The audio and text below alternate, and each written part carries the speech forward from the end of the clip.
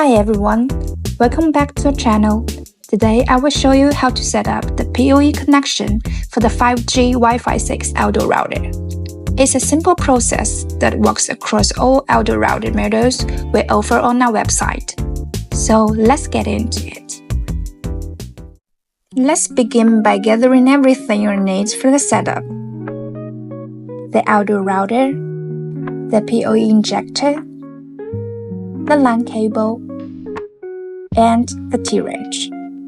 When you receive the package, the router will already come with the screws tightened and the cover securely in place.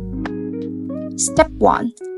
Grab the T-wrench to open up the router's cover so you can get to the motherboard and internal ports.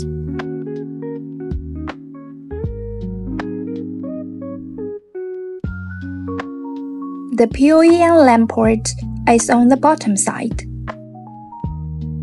Step 2. Take apart the PoE gland. Keep turning the white cap to the left until it comes off from the gland. Then push the orange stopper outwards from inside the barrel connector. Step 3. Pass one end of the LAN cable through the cap. Feed the cable through the barrel screw and connect it to the PoE and LAN ports on the motherboard. Step 4. Attach the orange stopper to the cable and fit it securely into the barrel. Make sure the smaller end of the stopper is facing outward. Step 5. Tighten the cap onto the barrel screw by turning it clockwise until it's fully secured. Step 6. Now connect the other end of the LAN cable to the PoE port on the injector.